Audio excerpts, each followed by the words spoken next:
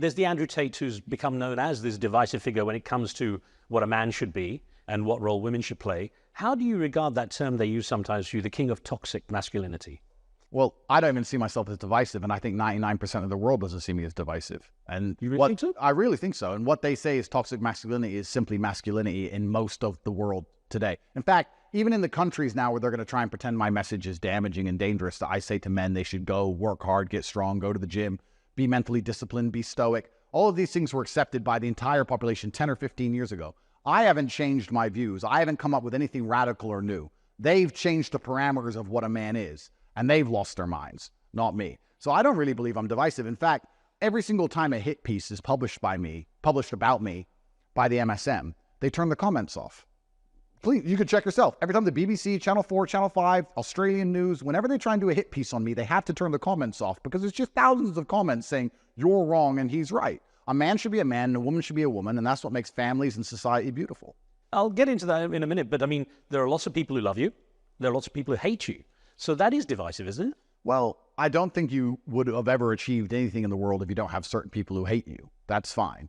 And there can be a contingent of the populace who hates me while I still remain eternally correct. I'm still right. That's fine. I mean, it's fine. And you could be the best thing in the world. It doesn't matter what you are. You can be a Ferrari and someone will hate you because you're too loud. I know what I'm saying is true. I know my message is overwhelmingly positive. I know I've had a massive positive impact on millions of people's lives. I know that in the end, as this arc completes and my innocence is proven, there's going to be a lot of people who have to apologize to me.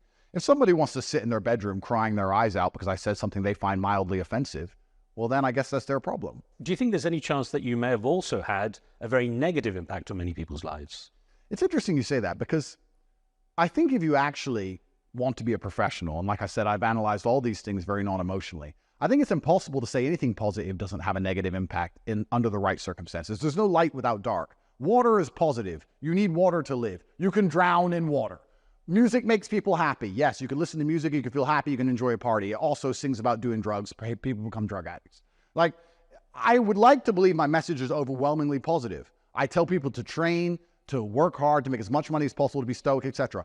I'd be a liar if I couldn't sit here and say, well, I've convinced 100 million men to go to the gym and one of them dropped a dumbbell on his foot. Well, maybe, perhaps. I mean, but what can you do? You have to speak in generalities. Exceptions don't disprove the rule. My law, the things I'm saying are generally good things, and the rules are generally good.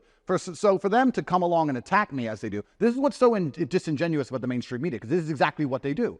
I'll teach men how important it is to be strong, go to the gym, and look after themselves. They will then see thousands of kids go to the gym and work hard. They will then find one kid who goes to the gym who's maybe autistic, maybe he's not socially well-conditioned, maybe he had bad parents, who knows, who starts walking around the school saying, I'm strong, and bumping into people. Then they'll say, Andrew Tate did that, and they'll attack me. That's as asinine, that is as foolish as waiting for somebody to crash a car and see that they were playing a Taylor Swift song and start saying that Taylor Swift fans crash cars. Because most people listen to Taylor Swift and don't crash their car. So the whole MSM narrative against me is completely disingenuous. The thing is, I don't think the divisiveness comes from saying to men, get fit and be... But it actually does. But it actually does, sir. And I apologize to interrupt. But it actually does.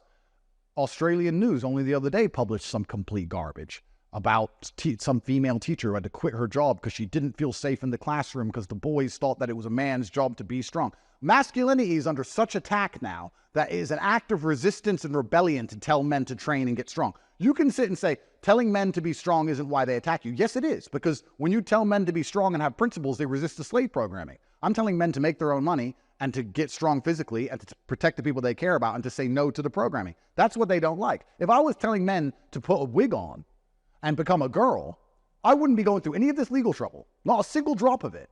If I was trying to convince men to castrate themselves, I'd be fine. But when I say, no, you're a man, you have to protect what you care about and stand up for what you believe in, no, then you're a problem. And it's a problem because they're trying to enslave all of us. And I don't think anybody at home actually understands where this AI tech and where the world's going. They're trying to enslave all of us. And when you come in as a conquering army, the first thing you do is you destroy the warriors. It's always been the same. You kill all the military-age males so that you're left with eunuchs, young boys who can't fight back, and girls. And they don't want men who listen to me or men like me because they know we would rather die.